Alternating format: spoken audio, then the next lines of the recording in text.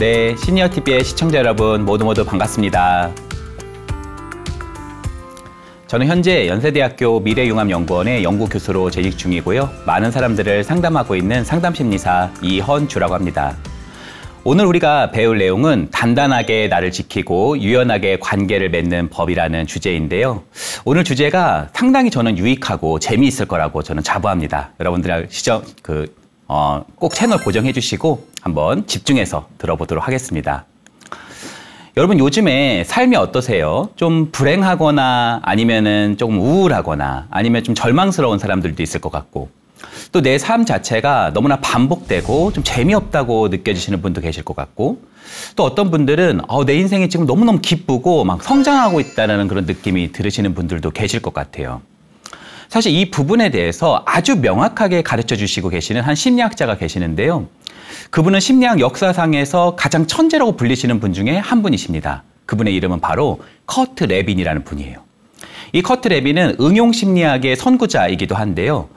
우리가 보통 배우고 있는 집단 상담, 가족 상담에도 엄청나게 영향을 많이 주신 분이에요. 근데 이분이 제가 여러분에게 소개를 한번 드리는 이유는 인간에게 불행하거나 행복하거나 기쁘거나 슬프거나 좋거나 이런 모든 생활 세계를 관장하고 있는 요소가 딱 두 가지다 이렇게 명확하게 말씀을 하셨다는 거죠. 첫 번째는요, 바로 물리적 환경이다 이렇게 얘기를 했고요. 두 번째는 바로 관계적 환경이다 이렇게 말을 했어요. 그러니까 사실은 이분은 사람의 삶을 예측하는 데 있어서 두 가지의 측면, 바로 물리적 환경과 관계적 환경이라고 하는 함수를 가지고요. 인간이 얼마나 불행한지, 인간이 얼마나 절망스러울 수 있는지, 인간이 얼마나 성장할 수 있는지, 인간이 얼마나 기쁠 수 있는지를 예측할 수 있는 모형을 만들었다는 거예요. 대단한 분이시죠. 사실 우리가 되게 많은 것들이 있을 것 같은데 이 딱 두 가지로 결정된다고요? 사실 이분에 의하면 상당히 신뢰성이 높다 이렇게 말씀을 좀 드릴 수 있습니다.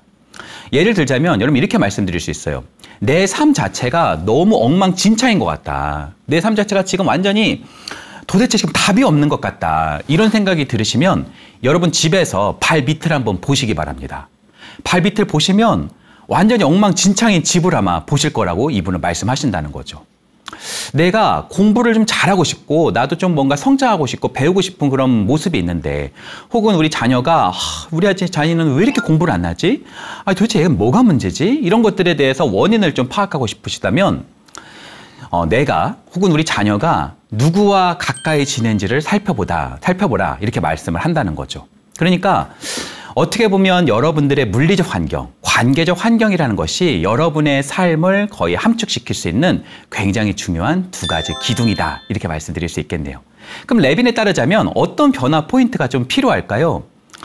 일단은 첫 번째는 이런 겁니다. 내 삶이 지금 너무나 엉망진창이다 이렇게 여러분들이 생각이 되신다면 뭐부터 하셔야 돼요? 맞습니다. 발밑에 있는 작은 쓰레기부터 주워야 된다는 거죠. 또 뭐부터 하셔야 될까요? 그쵸. 여러분들의 카톡을 한번 보시겠어요? 여러분들의 문자 메시지를 한번 보시겠어요? 그중에서 나하고 굉장히 많이 연락을 하시는 분들, 특히 좀 개인적으로 톡하시는 분들, 이분들 중에서 나에게 뭔가 피해를 주시거나 아니면 나에게 너무나 해를 입히거나 아니면 나에게 그런 것은 없다 하더라도 나한테 계속 끊임없이 어떤 도움을 계속 요청하시거나 이런 분들만 있으신지를 한번 살펴보다 이런 것을 얘기한다는 거죠. 그러니까 여러분들이 지금 살펴보시기 위한 두 가지 주제는 바로 물리적 환경, 관계적 환경이라는 주제인데요. 오늘 제가 여러분들에게 처음부터 끝까지 관통하는 주제 두 가지가 바로 여기에서 벌써 제시가 된다 이렇게 말씀드릴 수 있겠네요.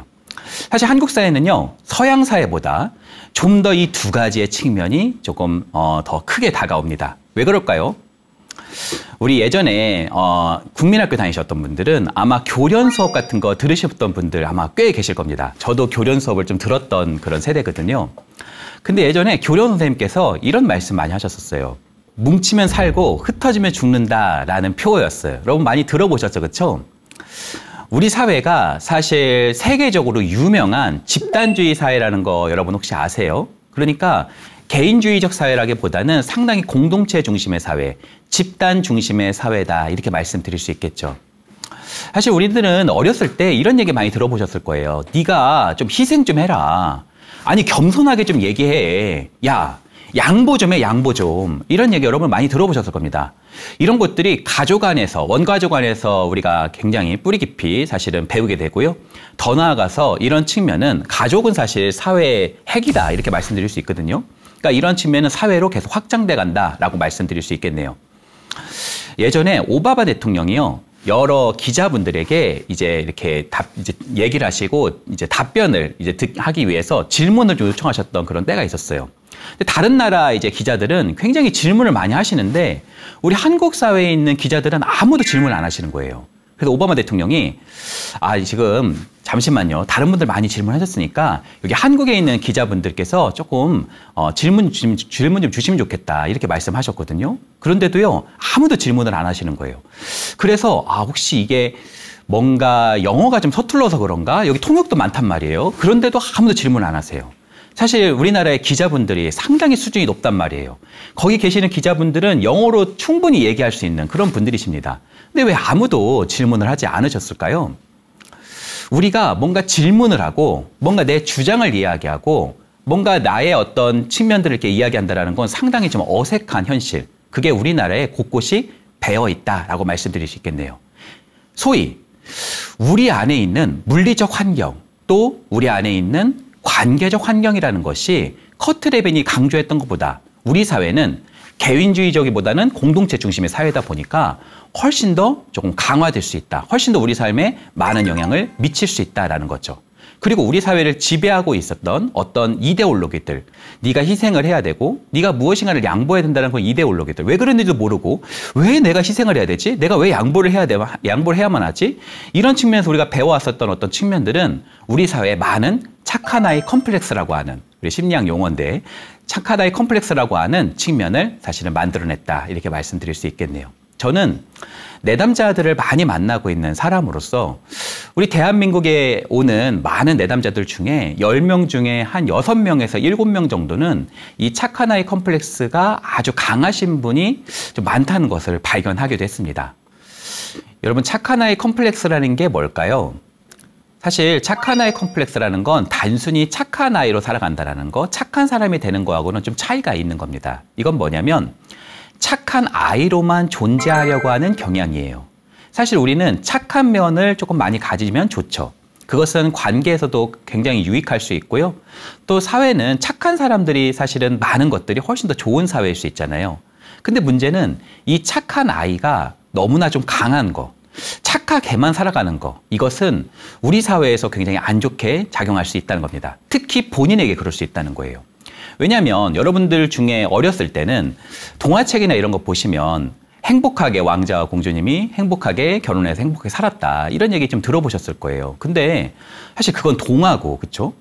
결혼하게 되면 어때요? 결혼은 끝이 아니라 시작인 경우들이 많잖아요. 또 뭐 동화책 보면은 좋은 데 취직해서 살았다, 뭐 좋은 곳에 갔다, 이런 얘기 많을 텐데 거기 가면요, 좋은 직장 가보시면, 또 좋은 나라 가보시면 거기서부터 또 시작인 경우들이 상당합니다. 그러니까 우리 사회는 그렇게 동화 같은 사회가 아니라는 거예요.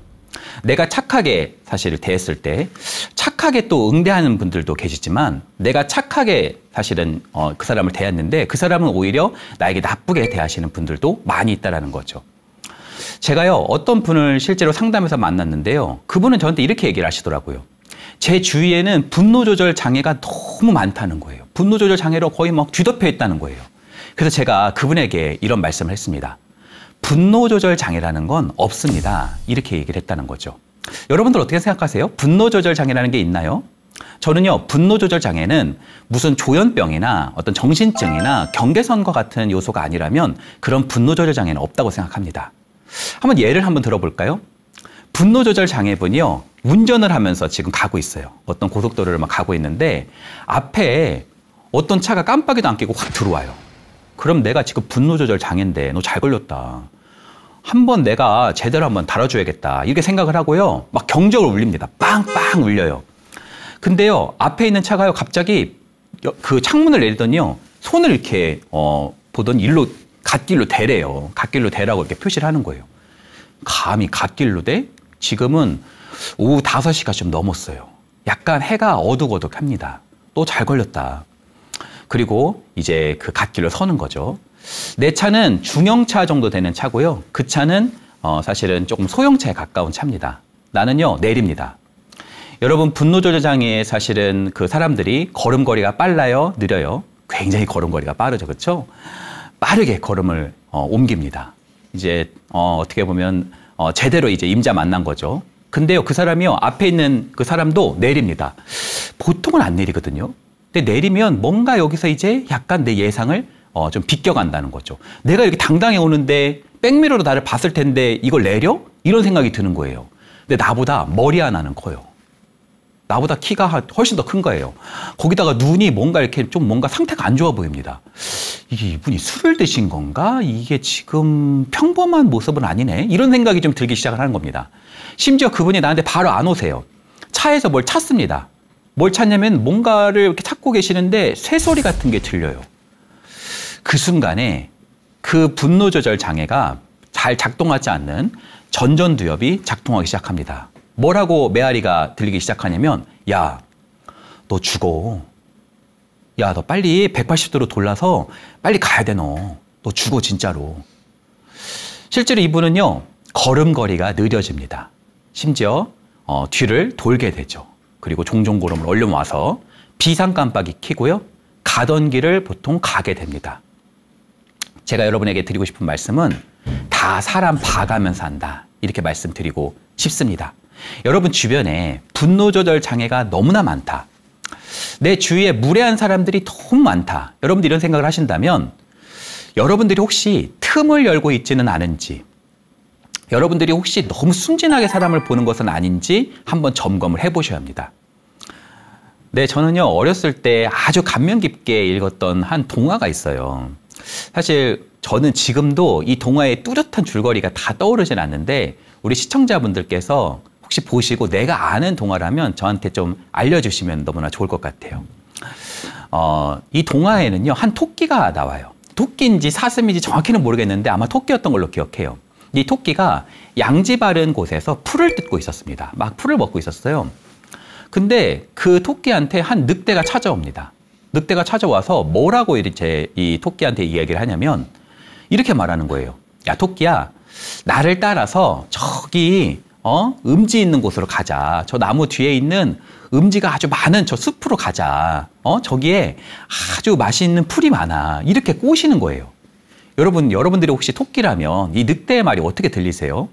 이게 딱 봐도 뭔가 이게 지금 함정이 있는 거잖아요. 아니, 사실 풀은 양지 바른 곳에서 나요?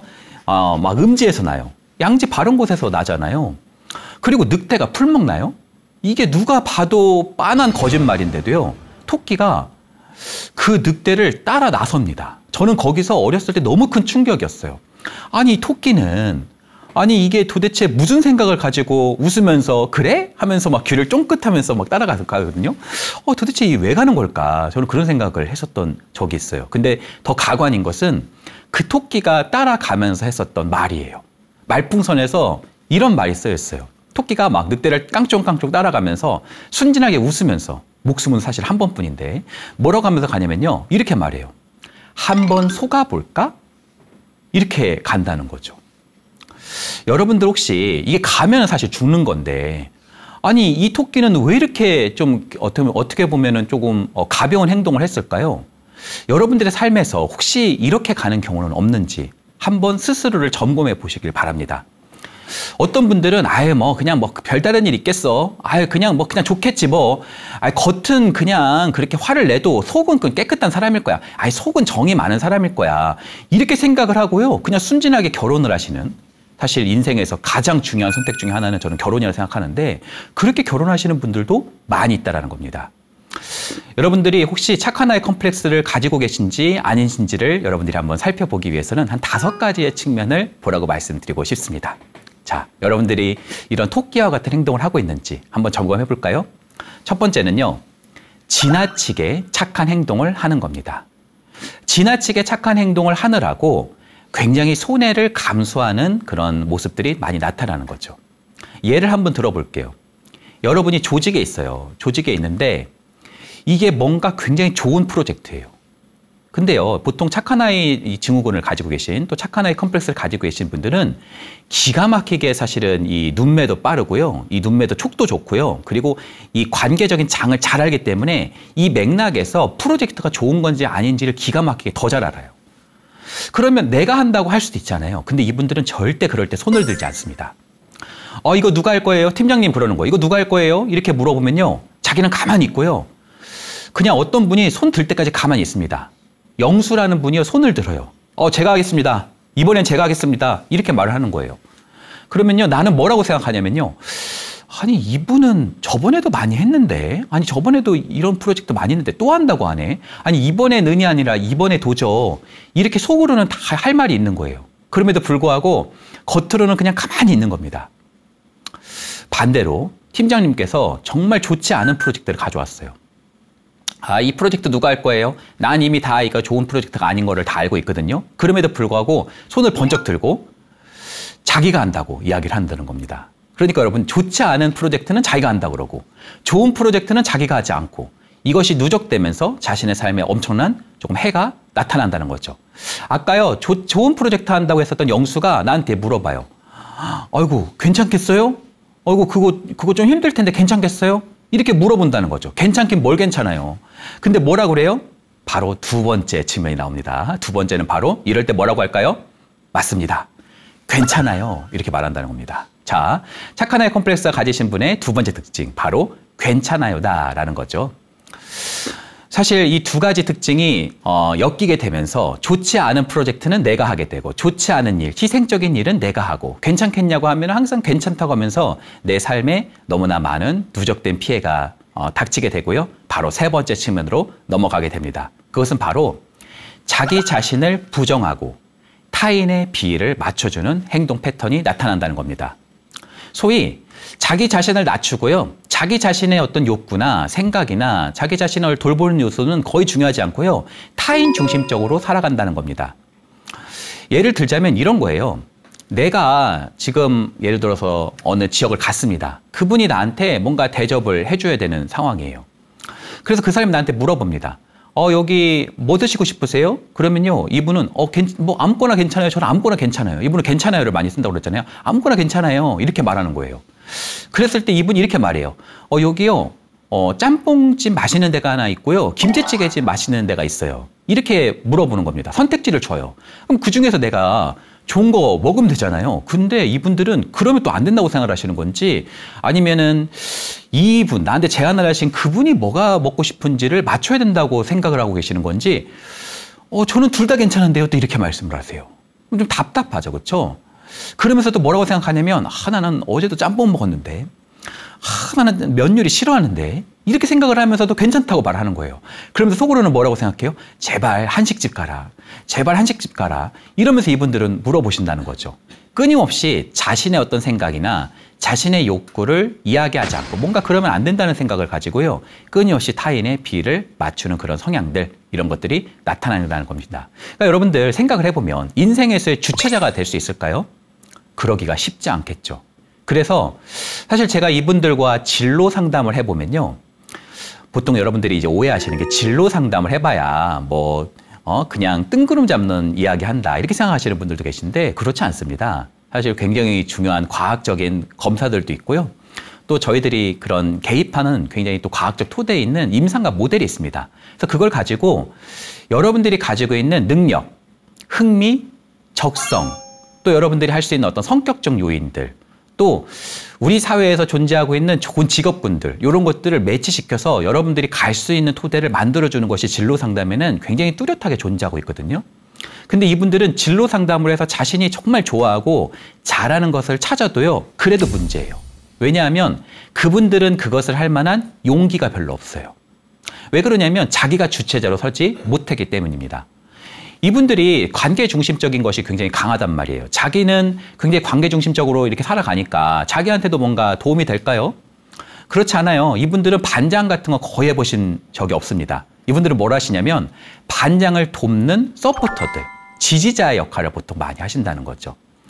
위대한 업적을 만드시는 과학자 혹은 어떤 위인들 많으시잖아요. 그분들이 되시기보다는 그분들의 옆에서 빛과 그림자도 없이 돕는 역할을 많이 한다는 거죠. 혹시 삼국지라는 소설 여러분 읽어보셨어요? 거기 보시면 유비라는 인물이 나와요. 유비라는 인물이 덕도 굉장히 높고 좋은 인물이죠. 그렇죠? 그럼에도 불구하고 군주로서 가장 뛰어난 군주다 이렇게 보기는 좀 어려울 수 있어요. 오히려 유비 옆에 있었던 제갈량이라는 사람이 훨씬 더 좀 똑똑하고 대단하지 않아요, 여러분들? 보시면 그렇잖아요. 근데 여러분 이렇게 생각을 해보실 수도 있어요. 아니 애초부터 제갈량이 그냥 군주가 되지, 자기가 왕이 되지, 아니 왜 굳이 책사로 들어갔을까? 여러분 한번 생각해 보세요. 에디슨이라는 사람이 혼자 자신의 삶을 다 구축했을까요? 자신의 업적을 다 만들었을까요? 그러기 쉽지 않았을 거예요. 에디슨의 옆에 있었던 많은 지지자들이 있었을 겁니다. 여러분 한니발이라는 위대한 장군이 있습니다. 카르타고에. 그분 혼자서 이 모든 것들을 만들었을까요? 그렇지 않았을 거라는 거죠. 그러니까 여러분들 생각해 보면요. 빛과 그림자도 없이 자기를 부정하고 타인의 비애를 맞추느라 자신의 삶이 굉장히 어떻게 보면 사라져 있는 그런 현실들이 많이 있다. 이렇게 말씀을 드릴 수가 있겠네요. 네 번째는요. 생애 초기에서부터 거절과 편애를 겪은 경우가 상당히 많이 있다는 겁니다. 여러분 제가 한마디를 한번 여러분에게 전달해 볼게요. 부모는 아이를 닮습니다. 그리고 아이는 부모에게 담깁니다. 다시 한번 제가 얘기를 해볼까요? 부모는 아이를 돌봅니다. 아이는 부모에게 돌봄을 받죠. 이걸 가지고 다시 한번 닮는다는 표현으로 한번 가볼게요. 부모는 아이를 닮고요. 아이는 부모에게 담깁니다. 그런데 만약에 부모가 아이를 닮지 않으면 어떤 일이 일어날까요? 아유, 나를 안 닮으니까 그냥 제 인생 살게요. 아이 그냥 각자 도생합시다. 아이들이 그렇게 생각할까요? 물론 여러분들이 성인이라면 여러분들은 지금은 그러실 수도 있어요. 그러나 아이들은 이 세상 그 무엇보다 부모를 사랑한다는 현실이에요. 그래서 부모가 아이를 닮지 않으면 아이는 어떤 행동을 하냐면 아이가 부모를 닮아버립니다. 저는요, 한 사례를 알고 있는데 한 엄마가 우리 집이 망했다고 그러면서 펑펑 아이 앞에서 울은 거예요. 딸 앞에서 막 펑펑 울은 거예요. 막 펑펑 우리 집 망했어. 우리 집 먹고 살 것도 없어. 그러면서 막 거실바닥에 앉아서 막 펑펑 운 거예요. 그때 딸이 그 앞에서 우두커니 있다가 어린 딸이 갑자기 자기 방으로 들어가요. 그러더니 다시 밖으로 나가요. 그러더니 다시 집으로 들어와요. 손에는 뭔가를 들고 있어요. 뭐예요? 쌍쌍바예요. 엄마랑 그 쌍쌍바 많이 먹었던 거죠. 방은 왜 들어갔을까요? 맞아요. 자신의 비상금을 가지고 갔겠죠. 그 쌍쌍바를 뜯어서 울고 있는 엄마 앞에 와서 쌍쌍바를 엄마한테 주면서 뭐라고 그러는 거예요? 엄마, 우리 먹을 거 많아. 엄마 이거 다 먹어. 그러면서 아이가 엄마에게 그것을 주었다는 사례를 제가 들으면서 얼마나 제가 마음이 아팠나 몰라요. 부모가 아이를 닮지 않으면 아이가 부모를 닮습니다. 부모가 언니를 편애하기 시작하잖아요. 나는 부모의 사랑을 획득하기 위해서 어떤 행동을 하게 될까요? 공부도 열심히 하려고 그러고 친구들과도 사이좋게 지내려고 그러고 집도 깨끗하게 치우려고 그러고 막 설거지도 내가 한다고 그러고 착한 아이의 행동이 계속 반복되기 시작을 한다는 겁니다.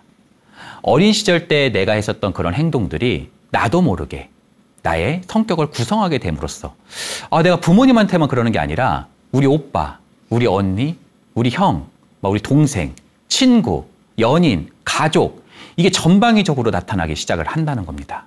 그래서 이 사람들의 메아리는 항상 뭐가 있냐면 나는 항상 좋은 사람이어야 돼. 나는 모든 사람에게 칭찬받아야 돼. 내가 그런 사람이 되지 않으면 나는 정말 가치가 없는 사람이야. 난 정말 그렇게 하지 않으면 난 정말 못된 사람이야. 이런 메아리들이 숨어 있다는 거죠. 그러니까 다섯 번째 특징으로 넘어가게 됩니다. 바로 어떻게 돼요? 자기의 목소리. 자신의 어떤 욕구, 자신의 생각을 하지 못하고 감정의 억압이 나타난다는 겁니다. 여러분 적절하게 빼줘야 되는데 감정이 나가지를 못하니까 어떻게 될까요? 그렇죠. 감정이 나가지를 않으니까 뭔가 속이 답답하고요. 어깨가 뭉치는 것 같고요. 뭔가 내가 우울해질 수도 있고요. 울분 같은 게 쌓여 있을 수 있겠죠. 그러니까 어떻게 보면 겉으로는 굉장히 웃고 있는데 속으로는 굉장히 조금 울분이 쌓여 있는 그런 현실들, 답답함이 뭉쳐있는 현실들 이런 것들이 가득하다 이렇게 말씀을 드릴 수가 있겠네요. 네, 5가지 특징을 우리 한번 살펴볼까요? 자, 착한 아이 컴플렉스의 5가지 특징. 첫 번째는요, 지나치게 착한 행동을 하고요. 두 번째는 자기를 부정하고 타인을 맞춰주는 그런 행동이죠. 그게 뭐예요? 괜찮아요. 아, 괜찮아, 괜찮아 이렇게 얘기를 한다는 거죠. 세 번째는 타인 중심적이고요. 나의 욕구나 이런 것들을 거의 얘기하지 않고 타인 중심적으로 살아간다는 거죠. 네 번째는요. 생애 초기에서부터 거절과 편애를 겪은 경우가 상당히 많다는 것. 다섯 번째는 감정의 억압이 너무나 오래된 나머지 우울이나 아니면 소화기관의 장애나 편두통 같은 것들이 발생할 수 있다. 이렇게 말씀을 드릴 수 있겠네요.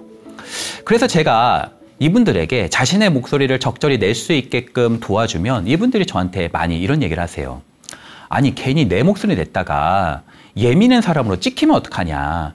아니, 내가 지금 이렇게 해서 그나마 그냥 여기까지라도 내가 여기 직장 이렇게 좀 왔는데, 아니, 괜히 내 목소리 냈다가 내가 사람들한테 미움받으면 어떡하냐. 이런 얘기를 많이 하세요. 여러분, 제가 이렇게 말씀을 드릴게요. 여러분, 삶은요, 다정하게 살아가고 착하게 살아가는 것이 저는 좋은 거라 생각해요. 근데요, 착하게 사는 것이 1이고, 아주 안 좋게 살고 뭔가 예민하게 굴고 뭔가 자기 주장만 하고 자기 이익만 챙기는 것을 10이라고 한번 생각해 본다면 여러분들은 이미 이 5가지 특징이 만약에 공고하다면 1의 측면에 가깝기 때문에 이것을 추를 조금 옮겨보자는 겁니다. 그러니까 6, 7, 8, 9, 10, 1로 가자는 게 아니라 한 3에서 4 정도, 4에서 5 정도로 나의 주장을, 나의 욕구를 조금씩 해보는 연습. 어떻게 보면 추를 조금 옮겨보는 연습을 해보는 것이 매우 중요할 수 있겠다. 이렇게 말씀을 드릴 수 있겠네요. 어떻게 이것을 해볼 수 있나요? 라는 좀 질문이 있을 것 같아요. 그래서 제가 제가 이런 사실은 상담을 많이 하다 보니까 이런 질문들 많이 받거든요. 그래서 제가 대표적인 질문들에 대해서 한번 답변을 한번 드려보고자 합니다. 첫 번째는 이겁니다. 무례한 사람들, 정말 좀 나쁜 사람들에게 가져야 되는 내 자세가 뭐냐. 이렇게 물어보는 질문이 많았어요. 거의 제가 볼 때는 이 부분이 거의 뭐 압도적인 양을 차지했습니다. 아, 그래서 어떻게 내가 자세를 가져야 되느냐? 제가 보통 이런 컨텐츠들이나 이런 거 보면은 막 웃으면서 받아쳐라, 뭐 이렇게 말을 하세요 하면서 막 뭔가 그런 대화법 같은 게 많은데 그런 거 나쁜 건 아니에요. 그런데 그런 것들은요, 그렇게 중요한 건 아닙니다. 막 무슨 말을 몰라서 그러는 게 아니라요. 내 안에서 알고 있어도 입 밖으로 나오지 않는 경우가 대다수거든요. 그럼 어떻게 하면 좋을까요? 웃으면서 받아치기. 이건요, 좀 고수가 할 수 있는 거예요. 왜냐면 웃는다는 거는 내가 이미 너보다 우위에 있다라는 그런 여유로운 웃음이거든요. 근데 내가 막 거의 지금도 내 주장도 못하는데 막 웃고 있으면요, 이게 상대방이 막 비에 맞추는 줄 알고 이렇게 좀 생각하는 경우들이 상당히 많습니다. 그래서 웃으면서 대처한다는 건 쉽지 않을 수 있고요. 오히려 더 나은 자세, 여러분 굉장히 쉽습니다. 첫 번째는 뭐냐면요, 바로 허리를 피는 겁니다. 허리를 피는 거예요. 여러분 지금 자세를 한번 점검해 보세요. 여러분도 혹시 이렇게 들으시지 않으셨어요? 허리를 먼저 피시는 겁니다. 그리고 어깨도 피시는 거예요. 이게 핵심입니다. 막 내가 막 이렇게 하고 있으라 이런 얘기가 아니에요. 내가 허리를 피고요, 꼿꼿하게, 그리고 어깨도 펴주는 겁니다. 그리고 눈은 상대방의 눈 바로 밑이에요.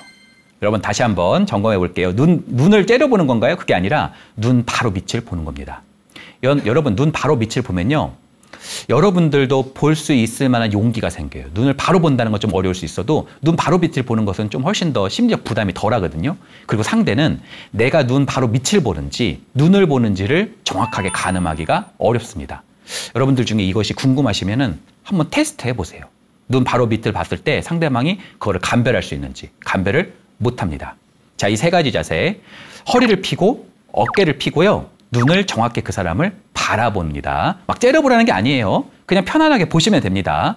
그리고요, 여러분들에게 굉장히 무례한 어떤 이야기를 하거나 아니면은 여러분들에게 굉장히 피해를 주는 이야기를 했을 때 짧게, 그건 어렵고요, 네, 그건 좀 힘들고요, 네, 다음번에 할게요, 이렇게 얘기해 보는 것이 굉장히 중요한 습관이다. 이렇게 말씀드릴 수 있겠네요. 이것만으로 되나요? 네, 이것만으로 거의 여러분들을 짓누르고 있었던 많은 부담감들이 사라지기 시작합니다. 여러분, 제가 엄청나게 많은 내담자들과 이걸 많이 해봤거든요. 그리고 많은 성과들이 있습니다. 그래서 여러분들이 용기를 가지시고요, 허리를 피시고 어깨를 피시고요, 눈을 보시고요, 여러분들이 할 말을 당당하게 짧게 해보시는 거예요. 우리가 유치원생들 보시면 뭔가 그런 나쁜 사람들이 왔을 때 자기를 방어할 수 있는 말들을 배운단 말이에요. 거기서 뭐가 있냐면 뭔가 인신매매 할 수 있는 그런 아저씨들이 오거나 그랬을 때, 야, 아저씨 따라서 가자. 야, 아저씨 따라서 저기 편의점 가가지고 아저씨가 맛있는 거 사줄 테니까 아저씨 따라가자. 막 이렇게 설득을 한단 말이에요. 그랬을 때 아이가 뭐라 그래요? 아우, 우리 엄마가 모르는 사람 따라가지 말랬어요. 우리 엄마가 5시 반에 온다고 그랬어요. 그러면 뭐라 그럴까요? 그 사람이. 아유, 아니야. 엄마 아빠가 나한테 얘기했어. 아저씨한테 여기 아빠 친구인데 여기 먼저 가서 너 먹을 거 사주고 그렇게 하라고 얘기했어. 이러면서 설득이 들어오기 시작하겠죠. 너무 많은 말은요, 오히려 조금 방해 요인이 된다. 어떻게 하는 게 좋을까요? 맞습니다. 우리 유치원생들 많이 배웠을 거예요. 눈을 똑바로 보면서 이렇게 X표를 치면서 뭐라고 그래요? 안 돼요. 싫어요. 이렇게 배운단 말이에요. 아유, 애기가 뭐 그 정도 해가지고 그게 무슨 효과가 있냐? 아니요. 생각보다 그것은 굉장히 파워풀합니다. 그것은요, 움찔하게 만듭니다. 이 아이는 굉장히 만만치 않네 라고 움찔하게 만든다는 거죠. 그리고 자신의 가던 길로 다시 후퇴해서 갈 수가 있게 된다는 거죠. 여러분도 해보시겠어요? 좀 어려울 것 같아요. 네, 그건 좀 힘들 것 같습니다. 네, 다음번에 할게요. 이렇게 여러분들이 눈을 바라보고 어깨도 펴시고 허리도 펴시고 얘기해보는 연습을 해보실 수 있어요. 저는요, 거절이 참 힘들다. 좀 제대로 거절하면서 좋은 관계를 좀 유지하고 싶다. 그러니까 거절도 하면서 조금 관계를 유지할 수 있는 그런 좀 팁 같은 것이 있냐, 이런 질문이 또 있었어요. 제가 그 질문에 대해서 한번 이야기를 해볼게요. 일단요, 거절도요, 고기도 씹어 먹어본 사람이 더 잘 먹어본다고 거절도 작은 것부터 해보셔야 됩니다. 그러니까 예를 들자면 큰 거절은 여러분 못 하실 거예요. 그렇다면 여러분 이런 것부터 해보시는 겁니다. 금요일 날 점심 같이 먹자고 하는 거예요. 근데 내가 이미 월, 수 이미 점심 먹었어요. 금요일 날 내가 꼭 굳이 내가 안 먹어도 된단 말이에요. 아니, 먹을 사람 많아요. 내가 나간다고 해서 내가 안 먹는다고 해서 크게 무슨 피해를 주는 것도 아니란 말이에요. 그리고 그것은 아주 작은 부탁이란 말이에요. 그럴 때 평소에 여러분들이 그것을 갈 수 있어도 내가 내키지 않는다면 작게 여러분이 연습을 해보는 겁니다. 제가요, 어떡하죠? 제가 오늘 점심에 선약이 있어가지고요. 제가 오늘 점심은요, 일이 바빠서 좀 혼자 먹어볼게요. 이렇게 여러분들이, 이것도 못하시는 분이 계시나? 생각보다 많습니다. 작은 거절을 여러분이 해보시는 거. 혹은요, 나는 거절을 못한다 하더라도 향후에 나를 조금 이렇게 좀 잘 지키고 무례하거나 조금 나를 피해를 주는 그런 질문들, 어떤 뭔가 제안들, 이런 거를 좀 피할 수 있는 방법들 있냐, 이렇게 물어보실 수 있는데, 그럴 경우에는요, 한번 제가 다시 한번 예를 들어볼게요. 이렇게 해보면 어떨까요? 어떤 부장님께서 저한테 족발 먹으러 가자고 그래요. 우리 족발 먹으러 갈까? 저녁 때 족발 먹으러 갈까? 나는 족발이 싫어요. 나는 그런 거 먹기 싫어요. 나는 그런 거 원래 안 먹거든요. 나는 채식주의자예요. 물론 내가 고기를 아예 안 먹는 건 아니지만 그냥 지양한단 말이에요. 근데 자꾸 또 족발을 먹자고 하니까 내가 좋지 않는단 말이에요. 아니, 이게 도대체 전생에 이게 돼지 뒷다리에 쳐 죽었나? 맨날 족발이야, 이 사람은. 이렇게 내가 생각을 하고 있으면 이 사람하고 내가 관계가 좋아지겠어요? 쉽지 않을 거란 말이에요. 사실 이 부장님도요, 나를 골탕 먹이려고 족발 먹자는 게 아니라 그분 딴에서는 좋은 거 사주려고 그런 얘기 한 걸 수 있단 말이에요. 그럼 이걸 어떻게 여러분들이 대처하면 좋을까요? 부장님, 제가요, 족발 원래 잘 안 먹긴 하는데 그래도 부장님이 가자니까 한번 가죠 이렇게 여러분이 가시면 어떨까요? 다음번에도 부장님이 또 족발 먹자 그럴까요? 또 그럼 여러분 그렇게 말씀하시면 돼요. 제가 족발 그때 잘 안 먹는다고 했었잖아요. 그래도 부장님이 진짜 드시고 싶군요. 그럼 한번 갈게요. 이렇게 하시면요, 내가 먹고 싶지 않다는 것을 여러분이 뚜렷하게 밝히기도 한 거고요. 또 그 사람의 관계를 고려해서 간다는 것도 얘기하게 되죠. 그렇게 됐을 때 그 사람 여러분에게 이렇게 물어보게 됩니다. 그럼 김 과장은 뭘 좋아해? 어떤 거 먹으러 갈까?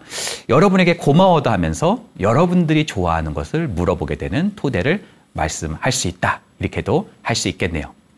한번 우리 여러분들, 제가 오늘 하려는 주제는 딱 한 가지라고 얘기해 볼 수 있습니다. 여러분의 물리적 환경을 조금 더 깨끗하게 바꾸기, 여러분의 관계적 환경 가운데 너무나 많이 눌려 있다면 내 주장을 명확하게 해보기, 이것을 관통하는 하나의 사실은 단어는 바로 욕구입니다. 내 욕구를 말해보는 연습이다. 이렇게 얘기를 해볼 수 있겠네요. 이것이 바로 타인에게 존중을 받으면서요, 내 자존감도 높일 수 있는 바로 1원칙이다. 이렇게 얘기할 수 있어요. 3가지로 한번 정리해서 이야기해 볼게요.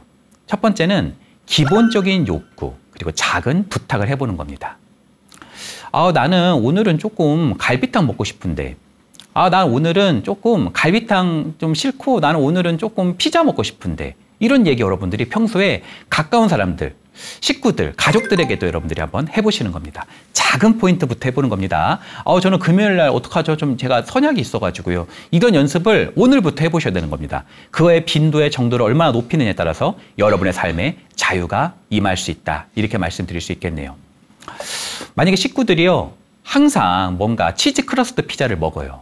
나는 양보하려고 그 식구들이 이거 좋다고 그러니까 나도 그거 먹은 거예요. 근데 나는 그런 피자 싫거든요.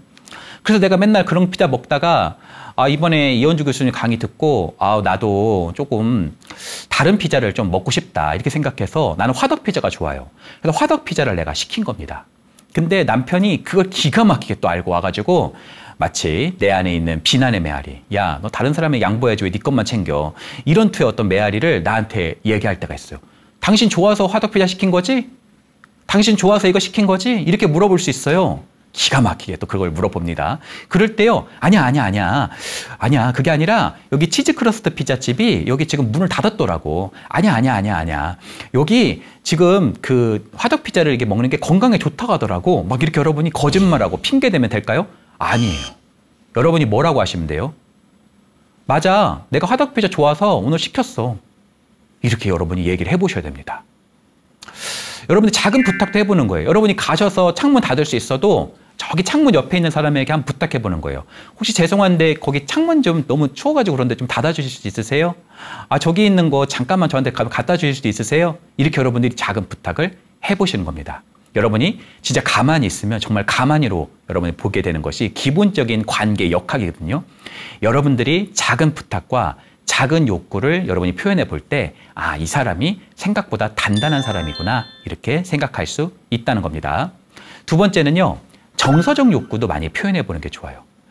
저도요, 그거 많이 들었어요. 아니, 기분 나쁜 거를요, 표현하는 거 어떻게 하나요? 그런 얘기 저는 못해요. 제가 그거 들어도요, 저는 힘들어요. 이렇게 말씀하시는 분들이 상당히 계십니다. 여러분, 제가요, 그런 분들에게 말씀드리고 싶어요. 기분 나쁜 거 얘기하지 않으셔도 돼요. 좋은 거 얘기하시면 됩니다. 좋은 거, 신난 거, 기쁜 거. 예를 들면 이런 거예요. 남편이 나한테 뭐 작은 거 하나 사준 거예요. 호떡집에서 뭐 맛있는 거 사온 거예요. 그럴 때 맛있네 이러면서 넘어가는 경우들이 많거든요. 그냥 뭐 괜찮아, 그냥 뭐 맛이네 이러면서 넘어가시는 분들이 많아요. 그럴 때 뭐라고 하시면 돼요? 여보, 이거 진짜 맛있네, 이렇게 말해보는 거예요. 아내가 된장찌개를 이렇게 뭔가 맛있게 끓였어요. 근데 먹어봤는데 너무 맛있어요. 이전에 된장찌개랑 달라요. 그럴 때 막 표정 관리하시는 분이 계세요. 제가 물어봤다니까요. 왜 표정 관리를 하셨냐. 좀 맛있으면 맛있다고 하지. 왜냐면 그 아내가 엄청나게 사실은 온갖 필살기를 써가지고 사실 끓인 거거든요. 막 소고기도 이렇게 육수도 내고 막 맛있는 거 넣고 막 새송이 버섯 넣고 막 이렇게 해서 끓인 건데 너무 맛있었는데도 그냥 표정 관리하시는 그 분에게 제가 물어봤더니 교만해질까 봐 그랬대요. 교만해질까 봐. 여러분, 그렇게 생각하지 마시고 여러분이 이렇게 말씀하시면 돼요. 된장찌개 맛있네. 여보, 고마워. 이거 김대리 고마워요. 와, 나 이거 진짜 좋아하는데 어떻게 알았어요? 나 좋아하는 거. 이런 연습을 여러분들이 해보시는 겁니다. 작은 정서적 표현, 소위 좋은 것들, 기쁜 것들, 감사한 것들, 그거를 여러분들이 연습해보는 연습을 여러분들이 꼭 일상생활에서 여러분이 연마하셨으면 좋겠습니다. 세 번째는요, 여러분들이 놀고 싶은 거, 즐기고 싶은 거, 자유롭고 싶은 거, 그런 욕구들을 일상생활에서 조금 채우시는 것이 매우 중요합니다. 여러분, 만약에 답답하다는 게 굉장히 크다. 답답하다. 나는 너무 내 인생이 답답하다. 이건 뭘 의미할까요? 반대로 비틀어 보면 내가 그만큼 자유롭고 싶은 욕구가 숨어 있는 거예요. 내 인생은 너무 재미가 없어. 내 인생은 너무 엉망진창이야. 내 인생은 진짜 뭔가 하나도 뭔가 정돈된 게 없어. 어떻게 하셔야 돼요, 여러분들? 그것을 비틀어 보면 뭐예요? 나는 내 인생을 굳석에 한번 세워보고 싶어. 내 인생에 질서라고 하는 세계가 조금 나타났으면 좋겠어. 내 인생을 내가 조금 더 깔끔하게 치워보고 싶어. 라는 것이 있을 수 있다는 겁니다. 내 인생이 너무 재미가 없다는 건 그만큼 재미를 추구하고 싶은 욕구가 숨어 있다는 거예요. 그거를 오늘부터, 지금 이 순간부터 여러분이 조금씩 충족해 보는 겁니다. 이렇게 해보는 거예요. 여보, 나 오늘은 이런 영화 좀 보고 싶다? 이렇게 여러분들이 얘기해 보시는 거예요. 여러분이 만약에 커피숍을 갔어요. 뭐 드시겠어요? 자, 착한 아이 콤플렉스는 뭐라고 얘기했죠? 아무거나 괜찮아요. 아무거나요. 괜찮아요. 아무거나 괜찮아요. 이렇게 얘기하기가 아주 쉽다고 했잖아요. 그렇죠? 어떻게 하셔야 돼요? 저는요, 아이스 아메리카노 먹을게요. 저는요, 얼그레이 티 먹을게요. 여러분이 자신의 이야기를 해보는 연습을 여러분들이 일상생활에서 반복해 보는 겁니다. 이렇게 말씀을 제가 하다 보면 어떤 분은 저한테 그러세요. 아니, 저는 그냥 아무거나 진짜 괜찮다. 아니, 아무거나 괜찮은데, 아니, 도대체 어떻게 얘기하라는 거냐. 이렇게 또 말씀하시는 분이 계신데, 여러분이요, 커피숍에 갔는데 아무거나 괜찮더라도요, 이렇게 하시는 거예요. 월, 화, 수, 목, 금, 토, 일. 이렇게 여러분이 어느 것을 고를까요? 하셔서 랜덤이라도 여러분이 하나를 좋아하는 거를 골라보는 연습을 해보셔야 된다는 거예요. 여러분이 먹을 것을 다른 사람이 고르게 하지 않는 겁니다. 내가 좋아하는 것을 내가 선택해보고 내가 그것을 만끽해보는 연습. 내가 좋아하는 것을 선택해서 내가 무엇인가를 경험해보는 연습을 여러분의 일상에서 반복해 보시길 바랍니다. 그럼 여러분 한번 정리해 보도록 하겠습니다. 여러분들, 여러분의 삶이 지금 엉망진창으로 되어 있다. 내 삶이 지금 완전히 막 정리가 하나도 안 돼 있다. 어떻게 하셔야 돼요? 일단은 방부터 치우시는 겁니다. 아우, 저는 방을 치워도 안 돼요. 저는 집에 물건이 너무 많아가지고 그냥 힘들어요. 그냥 그걸 해도 소용이 없습니다. 막 이렇게 말씀하시는 분들이 계시거든요. 그러면 하루에 2개씩 여러분의 물건을 버리는 연습을 해보셔도 좋습니다. 2개씩 버리다 보면요, 조금씩 여러분이 눈치채도 못할 만큼 집이 깨끗해지는 것을 경험하기 시작할 거예요. 거기에 여러분의 공간이 구축되기 시작하고요. 거기서 여러분을 돌볼 수 있고 여러분을 사랑할 수 있는 시간을 갖기를 바랍니다. 2번째는요, 여러분의 관계적 장에서 여러분에게 뭔가 무례하게 하거나 여러분에게 너무나 피해를 주거나 여러분에게 무엇인가를 계속 부탁만 하거나 여러분에게 자꾸 손해를 입히는 사람들만 가득하시다면 그 사람들을 조금은 멀리 하시고 어떻게 하시면 좋아요? 여러분의 욕구를 조금 주장해도 되는, 여러분의 욕구를 좀 표현해도 되는 그런 안전한 관계를 조금 구축해 보는 거. 아유, 그렇게 사람이 자기 좋은 대로만 살아서 되냐, 또 이렇게 말씀하시는 분들이 계신데, 아마 싹 다 손절하고 갈아 끼우자, 이게 아니라 추를 조금만 옮겨보자. 나의 어떤 돌봄이나 나의 욕구를 해볼 수 있는 그런 물리적 환경, 관계적 환경을 여러분들이 구축해 보셨으면 한다. 여러분에게 말씀드립니다. 제가 우리 사회에서 좀 바꾸고 싶은 용어가 하나 있어요. 그게 뭐냐면 바로 이타심의 반대말이 이기심이라고 하는 어떤 우리 사회의 어떤 이데올로기입니다. 정말 그럴까요? 저는요, 용어를 좀 바꿨으면 좋겠습니다. 이타심의 반대말은 이기심이 아니라 오히려 자기 사랑에서부터 타인 사랑이 나타날 수 있다.